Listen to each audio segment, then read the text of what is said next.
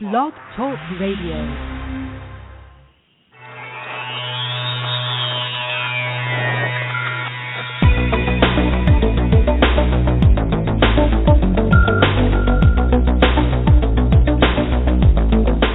Across the country and around the world, streaming live on the internet, it's Real Estate Coaching Radio, bringing you the latest news, interviews, and secrets of the top producers. Hosted by award-winning real estate coaches, Tim and Julie Harris. And welcome back to Real Estate Coaching Radio. We are broadcasting live from lovely Austin, Texas. And, of course, this is your source for unfiltered, full-strength honesty about what is truly working to get you into action and make you money in this new real estate market. And today we have a very special co-host, someone who a lot of you guys are familiar with from the world of distressed real estate, someone who is very well known amongst, I would say, the ranks of the real estate experts, the true experts. He's been featured on 60 Minutes and is often the go-to person for interviews when it comes to housing and comes to investing, it comes to anything that has to do with residential real estate. Welcome to the call, Mr. Sean O'Toole. Hi, Tim. Thanks for having me. Was that a good enough introduction? That was awesome. Yeah, I was going to read your bio. I see you've been involved in a lot of other things since the last time we've interviewed you. Anything in particular you want to bring up that I wouldn't know about that would benefit the listeners? Oh, well, just that I was an active investor. I'm a real estate broker, and kind of rode the foreclosure wave and helped folks out there. So, but no, you covered it well. Well, and a lot of our students have been working directly with you guys, getting access to notice of defaults and all that great information. So I've always appreciated you guys for your ability to get really amazing information. So I've got, I have 6 really specific questions that I wrote down, and I think these are all within your wheelhouse. So, listeners, we're not going to probably take a break today because Sean always has a lot of great stuff to talk about. And, Sean, the first question that I wrote down, are we in a housing bubble again? Or is it an asset bubble like a lot of the talking heads on CNBC like to warn us about? Well, I'd argue we didn't have a housing bubble last time. We had a credit bubble. And this time I think, yes, we have a Fed-induced asset bubble. The good news is I love hearing everybody talk about, when is housing going to recover? Housing recovering to 2006 prices would be about the worst thing that could possibly happen because, for incomes to support that, incomes would have to double from where they are now. So I think we're, a little higher than we should be. One of the things we look at really closely is the affordability.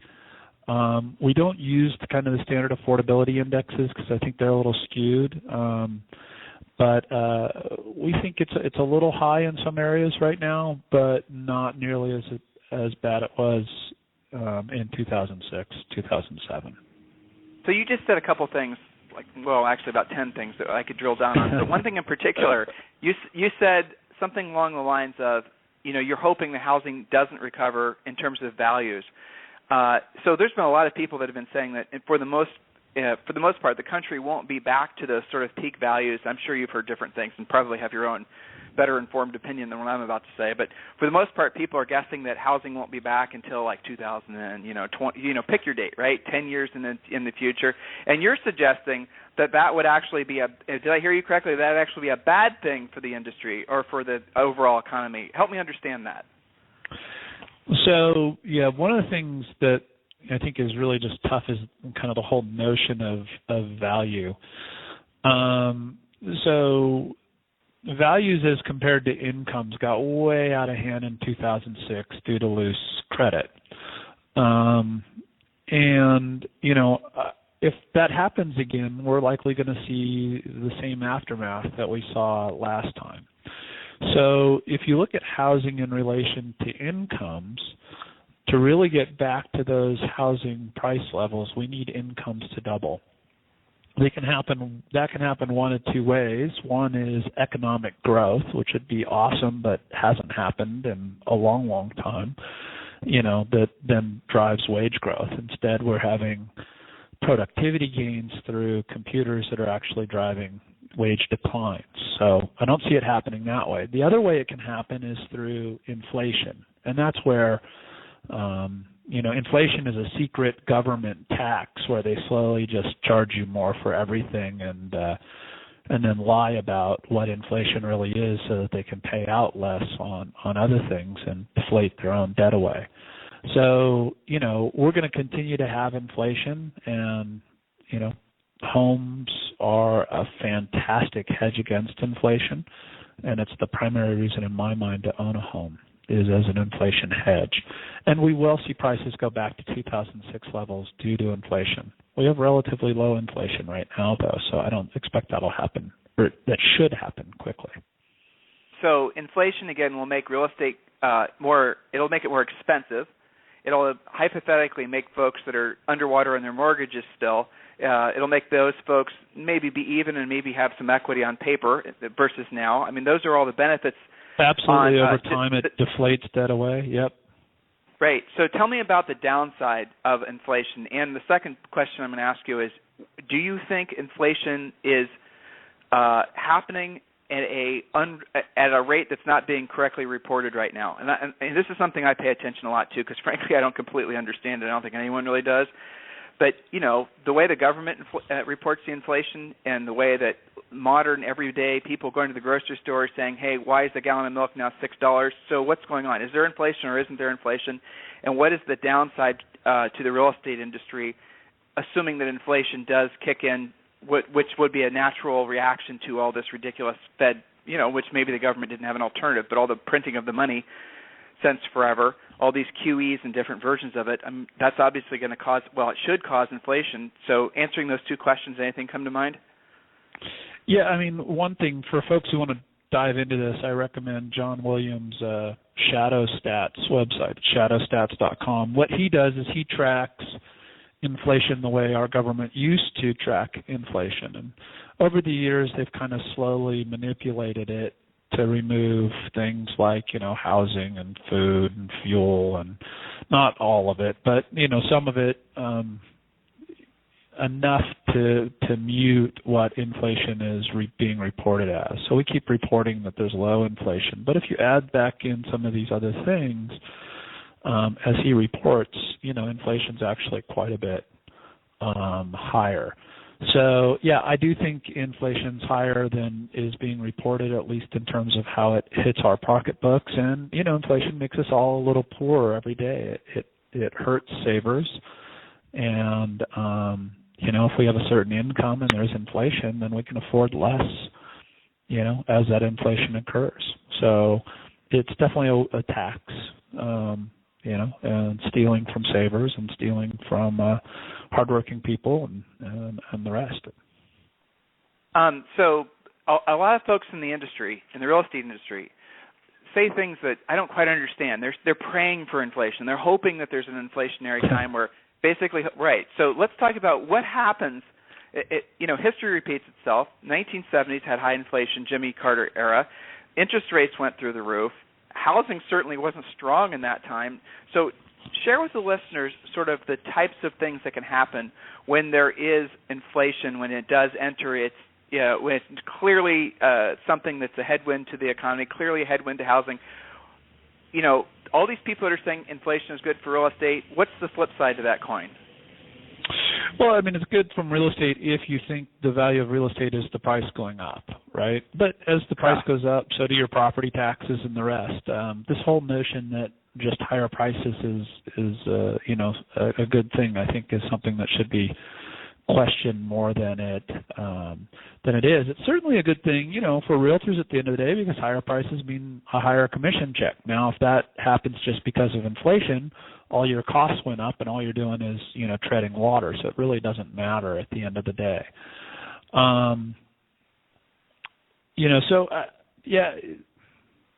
I lost track of your question. Sorry. Well, so inflation would cause, like you said, property taxes to go up, but all the other expenses in your life also increase. So even if you're commission, you're in, right. Yeah, you're just treading water.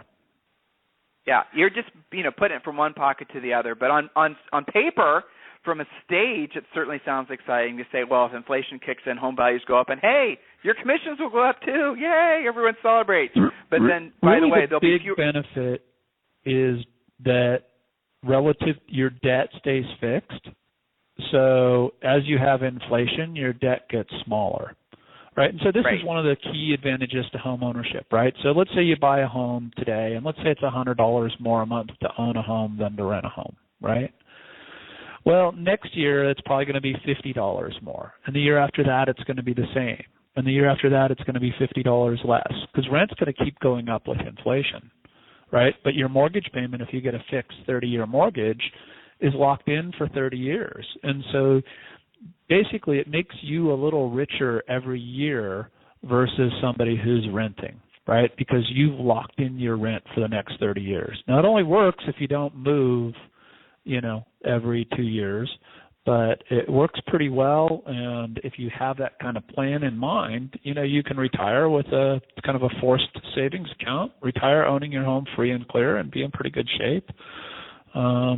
And live a lot better than the folks who treated their house as a piggy bank.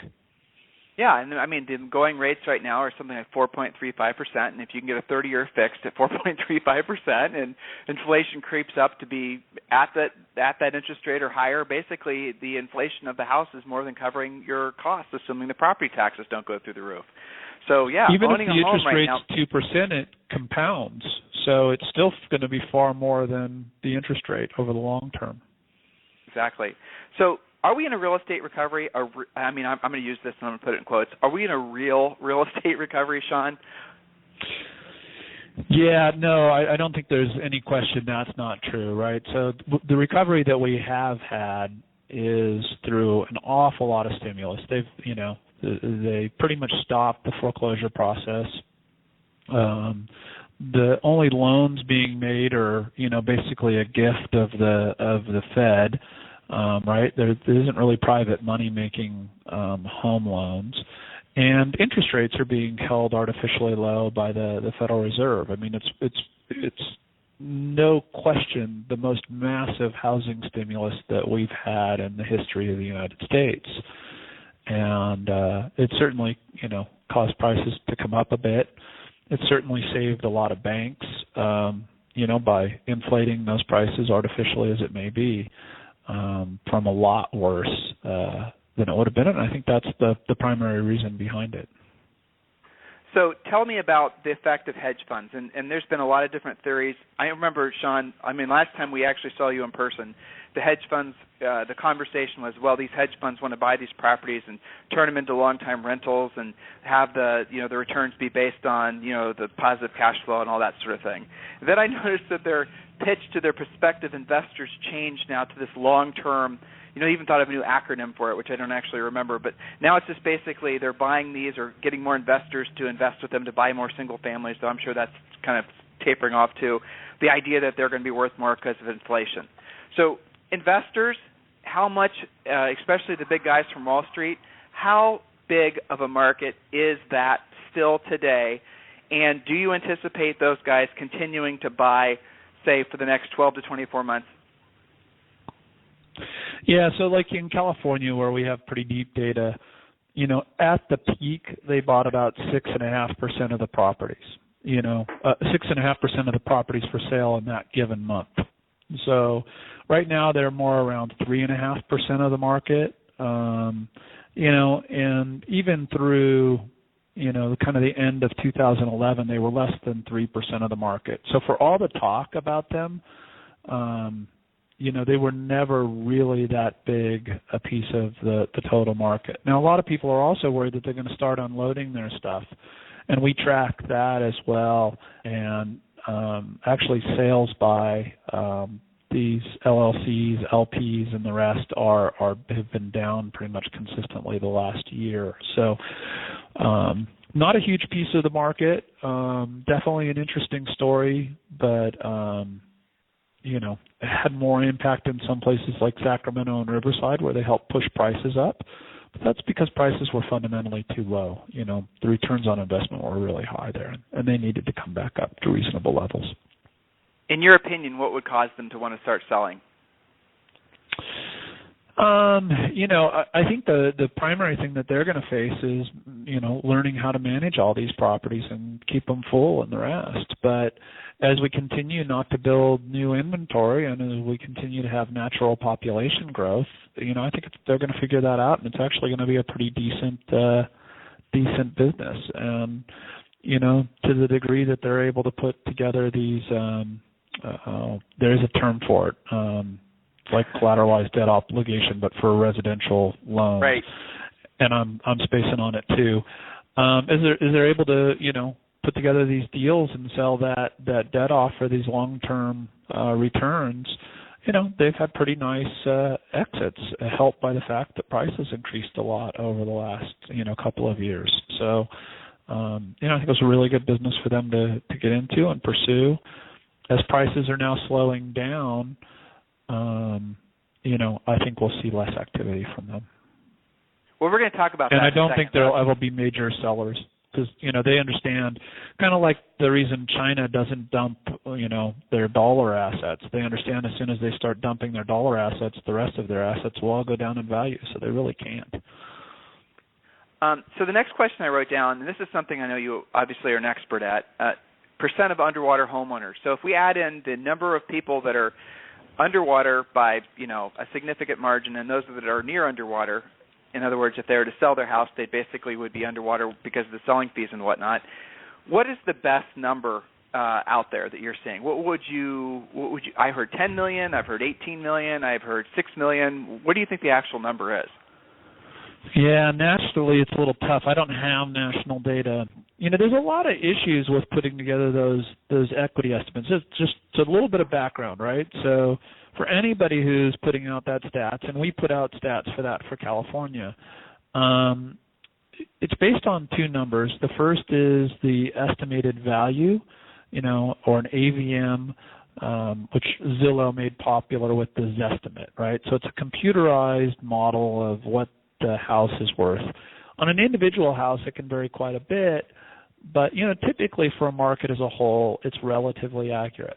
Then the next thing that they're doing is they're modeling what the total open debt is, and that could be problematic too. For example, if somebody has a home equity line of credit with a zero balance, there's no way to know that it has a zero balance. So you're looking at the total dollars kind of due. So first understand that all these estimates are based on kind of those two figures, and that's why you get this wide range of that kind of 6 to 10 million, as you've said. We're basically putting the number in California at about 1.2 million right now that are underwater, so their house is worth more, and probably another 200,000 or 300,000 that don't have enough equity to sell. So about 1.5 million homes, which is 17%, 18% of the homes in California. So Sean, it's Julie. Go ahead, Julie. I'm sorry. Break in here. I was wondering. Hi, Julie. Hi. It's always good to hear your voice again. You spend a lot of time studying this stuff, obviously. What do you predict the headwinds to be moving forward over the next 6 to 12 months? Well, clearly prices have gotten a little too high, so we're seeing that come around in slower sales. Really we've seen the slowest sales that we've seen since 2007, and it's kind of a similar drop-off in sales activity that we saw in 2005 that tipped me off to get out of the market. Now, the other thing that tipped me off to get out of the market was how overvalued everything was, and we're not in as bad a shape now, so I'm not as concerned now as I was in 2005. But whenever prices get ahead of the market, sellers don't instantly just correct. Instead, sellers stay with the high prices and sales slow down, and that's the situation we find ourselves in right now. But with still relatively low inventory and no external, pressure events like, resetting arms or things like that, I think we could stay in this kind of situation for a while. I don't see sellers going, well, geez, I really need to lower my price. I'm not seeing major increases in price reductions and the rest. But I think we've kind of hit probably a plateau for a while where we stay at a little bit of inflated prices with slower sales. Not necessarily the best news, but it's better than a big decline for sure. which means that those people that are still underwater are probably really stuck there, right? There are folks with 100% financing in 2006 that there's just no way out for them other than to do a short sale or an REO. A lot of agents have abandoned short sales, and, that $1.5 million just in California still need that help. What do you think would cause the market to adjust down in a significant way? Is there anything right now that if you were thinking about, well, if this happens, I mean, obviously there's but the black swan events, the worst case scenario type things. But is there anything you're seeing, a sort of a known potential issue that could cause housing to actually take a significant step back? No, not right now. I can make lots of logical arguments, but by perhaps why there should, but these things are emotional as well as logical, and right now the overall psychology of the market, I don't see it turning down unless there's some sort of black swan event. The Fed loses control of interest rates, stock market crashes, and people panic, or some kind of major unforeseeable thing. As if you read the Black Swan, Taleb's book, of course, his whole point is that these unforeseen things do happen, and that the one thing we should expect is the unexpected. So, while I can't see anything that's going to cause it, I expect something at some point. So, is there one thing in the industry right now that you wish folks, on the residential side, we're paying closer attention to? Is there one, why aren't people really focused on this? This is a potential issue, or this is a potential opportunity. You mentioned short sales, obviously, in California. I did the math. It's easy enough. 1.5 million folks that are still great candidates for short sales. Is there anything else in the industry in a whole that we all need to be paying attention to from your perspective that we're not? I think we really need to have a better national discussion about what lending should look like long term, right? Because there's all this talk about shutting down Fannie and Freddie, but there's no real viable replacement for that. We all talk about how interest rates are artificially low, but what should they be, and how do we achieve that? Should lenders be forced to kind of lend at any value? There's a story today in DS News about how some lenders are getting a little concerned about lending at current valuations, just because it is getting a little bit high. So,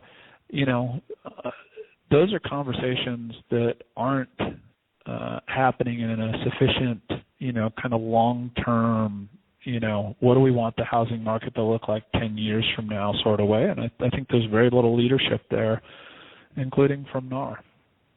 Do you have any opinion about the Mortgage Debt Relief Act and the fact that, here we are in July and the Senate was supposed to approve its continuation for another 24 months, hasn't seemed to happen yet? I'm being told, I'm sure you are too, that it's supposedly going to happen.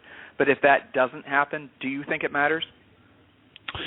I mean, the good news is that, California got some clarifications, and there's some little complications in this, so you can't just go off it, but in short sale in California, it's not considered a forgiven debt because it's non-recourse debt in most cases. There's some exceptions.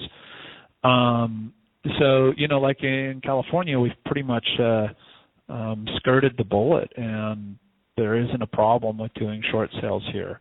That's not true in other states that don't treat that, as non-recourse debt. So that's something you really kind of have to look at a state-by-state level to say, hey, in the state that I'm at, is this debt non-recourse debt? And therefore, basically you need to work with an accountant or a tax attorney to determine the right situation for your clients. But in a lot of cases, there's a lot of non-recourse laws around the nation, and that debt may not be recourse, and if so, there's no forgiven debt tax issues. And have you heard of I think that's also hurt the this effort to get this law pushed through, because there's so many cases where it's it doesn't matter. Right.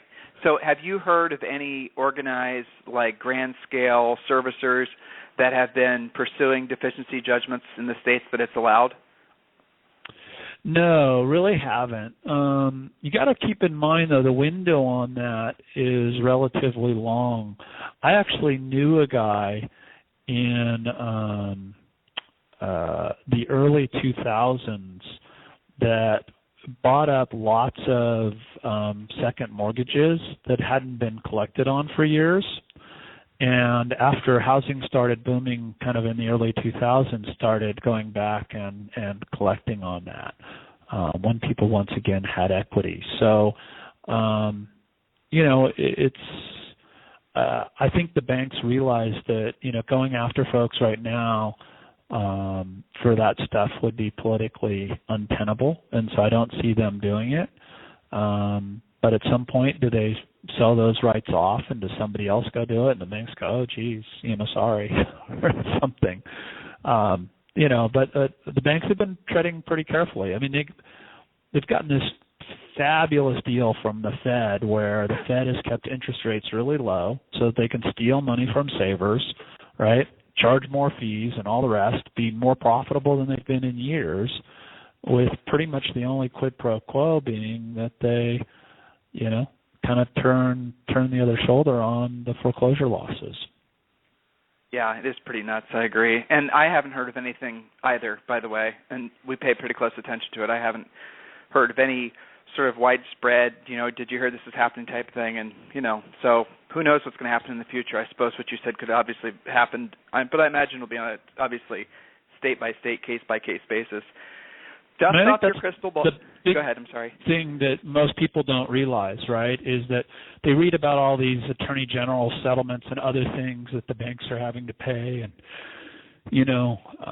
billions and billions of dollars, and all of that billions and billions of dollars has been funded by the Federal Reserve keeping interest rates artificially low so that banks can steal from savers. It's a wealth transfer. Yeah. Well, it totally is. And, it's the middle class, really, that are suffering. And a lot of folks don't realize it, that they're essentially not getting ahead, that they're actually falling behind. And that's, it's how long that will last before, who knows what's going to happen as far as, the economy, people's mindset about willing to, how bad does it have to become? How much does the gallon of milk have to be? How big does the inequality have to actually, before people start reacting? Who knows? Maybe never is the answer because they're so busy paying off the debt that they have, or, trying to keep level in the underwater home. I don't know. So dust off your crystal ball. Market predictions for the next 6 months and opportunities for agents. So if you could kind of gear your answer towards, if you talk to agents all the time, obviously you deal with a lot of investors. I'm sure, being asked to speak in a lot of different venues. So you're in front of potentially thousands of agents right now. They're wanting to know with the next 6 months what predictions that someone that might happen, and also gear your predictions towards where they can take advantage of whatever the opportunity is. Yeah, good. So unfortunately, I've been predicting now for a while, probably flat prices and declining sales volume. So I think that's, largely where we'll end up year over year at the end of the year here. I'm kind of hopeful actually that we don't see prices go way up, because that means we're back in bubble territory and at some risk. And I also hope they don't go way down, because that'll reintroduce some problems for folks that, are just finally coming into some equity again. So I'm kind of hoping for flat more than a prediction.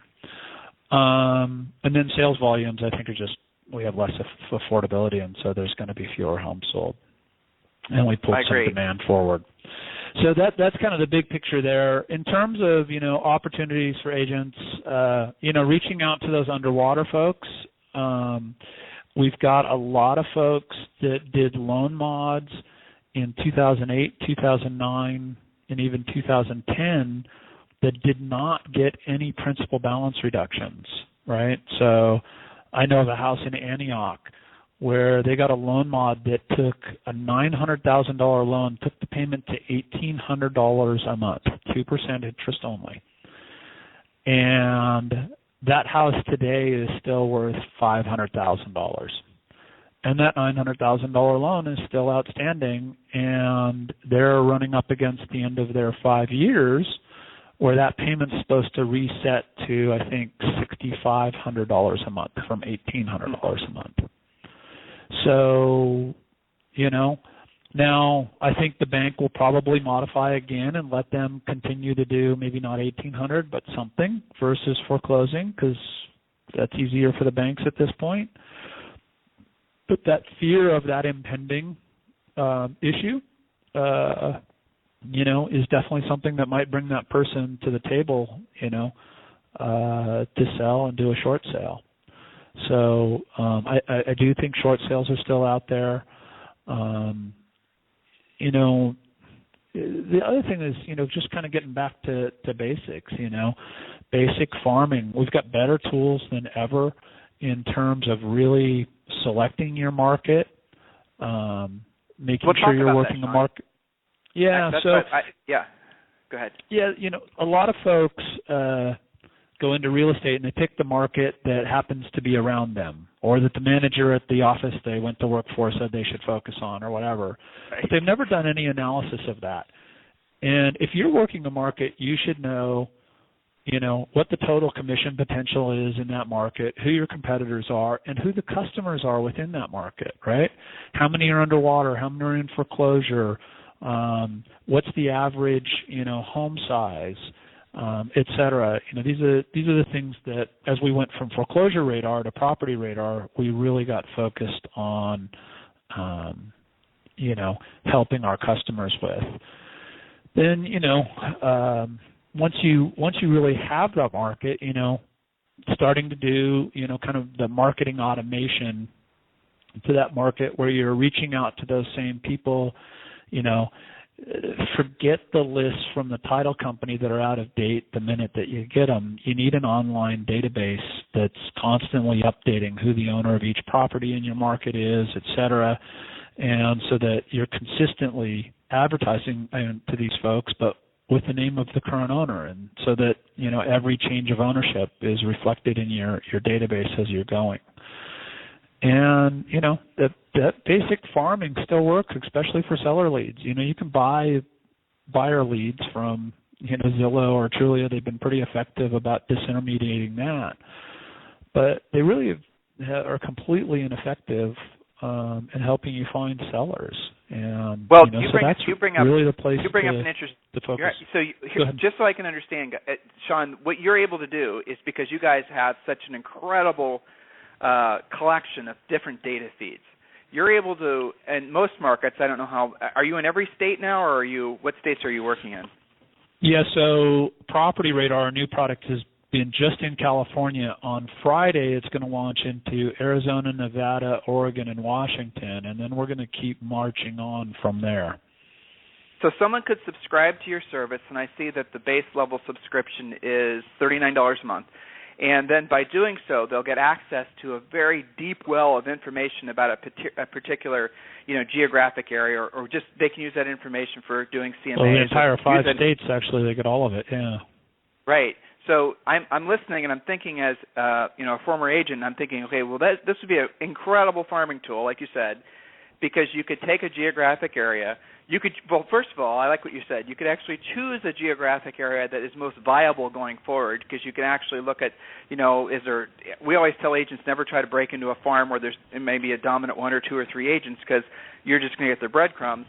But you're saying, right, focus in on an area where there's going to be a lot of opportunity, because maybe the homes are just starting to turn over again, or a lot of agents will do just one postcard to a whole geographic area. Well, doesn't it make more sense to focus on the people that are most likely to move, and you can get that information from Property Radar by drilling down and finding the folks that, statistically are going to move because they've been there long enough, because they're of a certain age, their kids have left that. I mean, there's certain trends that you can kind of leverage so that you can more target your efforts, maybe go knock on their doors. So this type of data, we've got about 100 different criteria that you can use there. If you want to focus in on horse properties in, the Central Valley, you can do that. So,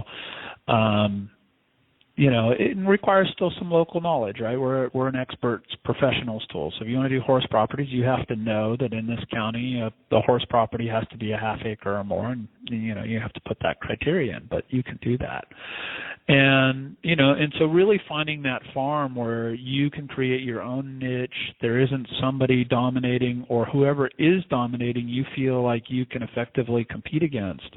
That's definitely step one. And then 2, just consistently reaching out to those people, keeping that database up to date, paying for leads or even getting leads for free from a title company that are instantly out of date the minute that you get them, right? You won't, because marketing's not a one-time event. It's not like you get the lead, you send the thing, and you get a bunch of business.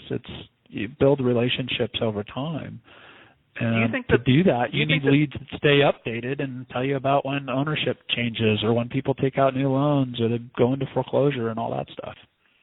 One of we're getting a lot of feedback from students, and we have been for probably about a year, that the whole buying buyer leads thing is basically, it's come and gone to the extent that the quality of the buyer leads has gone down. Obviously, Zillow has got, 50,000 users now paying an average of whatever they're paying, and now they're diluting the leads even more by, doing this deal where agents can, they're selling space on the agent's ads to lenders, and the lenders are paying for half. I'm sure you're familiar with all this. Yeah. The nice thing about chasing down seller leads is the competition is usually, you guys chase the buyer leads because generally speaking, it requires less skill, but the money's always going to be on the listing side. There's no secret that the richest of the rich agents are always listing agents, and that'll always be true because of the fact that listing agents treat the business more like a business. They use information like what Sean's talking about. So you get this information and you understand your market backwards and forwards. When you go to talk to a seller, that's where your confidence comes from.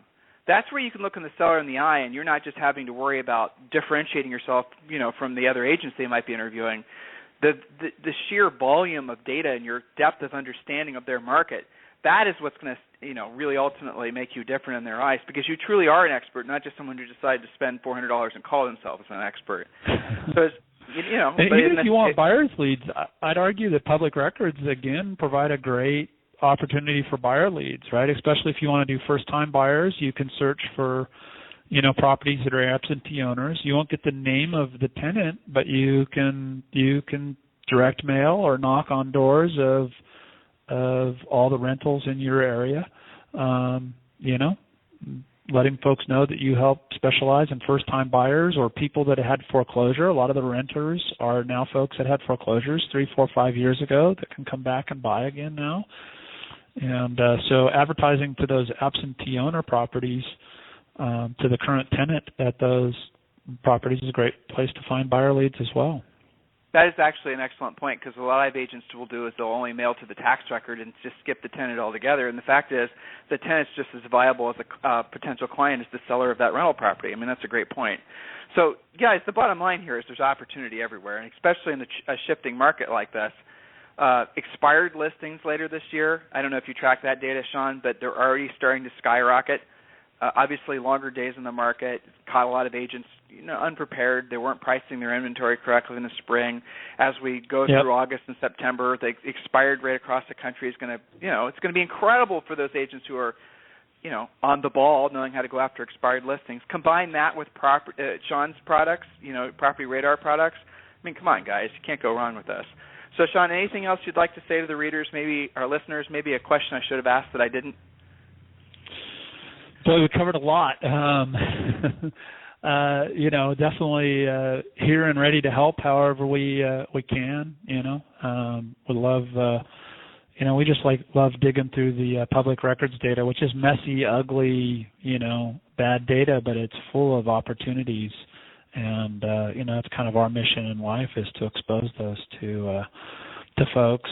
You mentioned that our pricing starts at $39. I will mention that if you're a CAR or even an NAR member and have a NERDS number, you can get a 10% discount. You can also get another 20% by prepaying for a year. So it actually gets it down to as low as $27.50 or something. Right, $27.30 actually at your website. Yeah. Good. So that's true as well. So other from that, thanks for having me. Sure, it's been my pleasure always, Sean. I always have to write my questions out ahead of time and really be paying attention with at least 2 cups of coffee in me before I start talking to you because I got to be on the ball. But I appreciate that. So everyone, listen, reach out to Sean. Go to their website. It's Sean. Your web address is propertyradar.com. Right. Go to propertyradar.com and explore the information that he has available to you, and really consider enrolling and buying his product. I mean, guys, it's phenomenal. A lot of you have used Sean's previous product, Foreclosure Radar. That was one of the favorite tools that we always suggested. Those of you who are aggressively pursuing short sales that you subscribe to, saying the same thing now for Property Radar. So definitely jump on board with that. Mr. O'Toole, thank you very much for your time today. I really appreciate it. Tim, Julie, thanks, guys. Have a great day. Thanks, everyone. Take care. Talk to you tomorrow. Bye-bye. This program has been a presentation by Tim and Julie Harris, Real Estate Coaching. For more information on our real estate coaching and training programs, visit our website at timandjulieharris.com. Remember to tune in weekdays at noon for upcoming shows, and until next time, thank you for listening to Real Estate Coaching Radio with Tim and Julie Harris.